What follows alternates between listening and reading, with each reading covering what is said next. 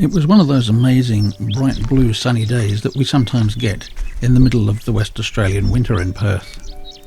We were looking for somewhere to go and have a look around and do some filming that wasn't too far from home.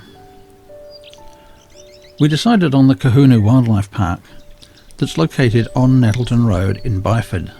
The park is about a 40-minute drive from Perth and only about 20 minutes from where we live in Rockingham.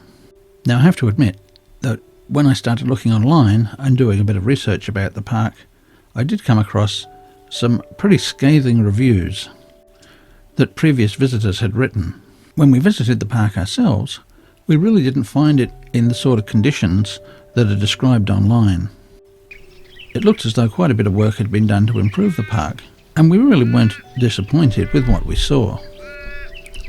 The entry fee to the park was quite reasonable, and there were certainly a lot of people coming in to have a look around. We spent about 2 hours wandering through the exhibits, and we have a feeling that the park will probably expand at some time in the future, because it is located on a large parcel of land and there is plenty of room here for expansion. One of the main complaints we saw online was the high fee for holding a koala and having your picture taken.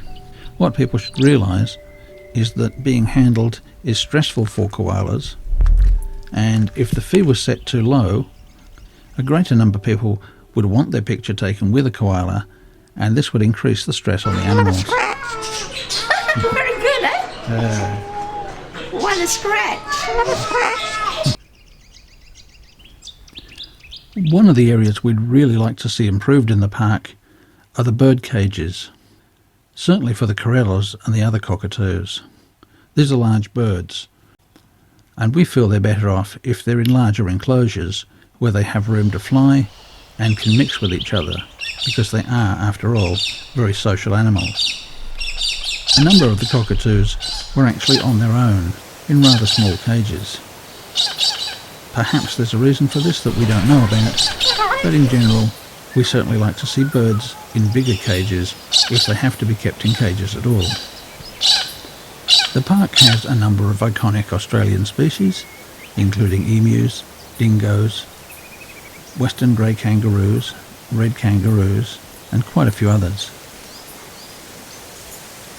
If you're planning to visit the park, we would recommend that you set aside at least a couple of hours for having a look around.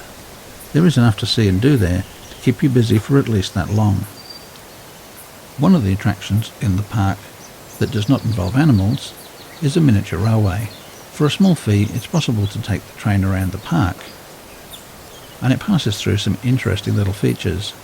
This is certainly a popular activity with all the kids who come to the park.